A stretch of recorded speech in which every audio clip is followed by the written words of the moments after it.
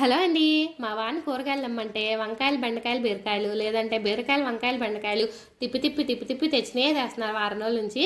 అడిగితేనేమో బయట వానలు పడుతున్నాయి కదా, కూరగాయలు అంత బాగాలేదని చెప్పారన్నమాట. సరే ఇవన్నీ మన వల్ల కాదని మార్కెట్కి వెళ్తే క్యాప్సికమ్ అయితే కనిపించింది నాకు. ఇంకా ఈ మూడు తిని బోర్ కొట్టేసిన మీద క్యాప్సికమ్ శనగపిండి కర్రీ అయితే చేసుకుందామని నేనైతే క్యాప్సికమ్ తెచ్చేసుకున్నాను. మీలో ఎంతమందికి ఈ కాంబినేషన్ కర్రీ అంటే ఇష్టమో కామెంట్ చేసేయండి. ఏం లేదండి, ఆయిల్లో పోపు వేసేసుకుని దంచిన చిల్లిపాయ కూడా వేసిన తర్వాత ఉల్లిపాయ ముక్కలు, పచ్చిమిరకాయ ముక్కలు వేసి వేగిన తర్వాత అందులో క్యాప్సికమ్ ముక్కలు కూడా వేసేసి ఉప్పు వేసి మూత పెడితే ఒక 2 మినిట్స్ మగ్గిపోతాయి. మగ్గిన దాంట్లో 2 చెంచాలు కారం వేసి మళ్ళీ మూత పెడితే మళ్ళీ మగ్గిపోయింది. ఇంకా నీళ్ళల్లో 2 టేబుల్ శనగపిండి, చిటికుడు ఉప్పు, కారం వేసేసి ఆ శనగపిండి ఆ క్యాప్సికమ్ మీద పోసేసి మూత పెడితే చక్కగా ఇలా శనగపిండి అనేది మగ్గిపోయింది అనమాట. మగ్గిపోయిన తర్వాత దాన్ని క్యాప్సికమ్తో పాటు కలిపేసుకుంటే టేస్ట్ మాత్రం సూపర్ ఉండిద్ది.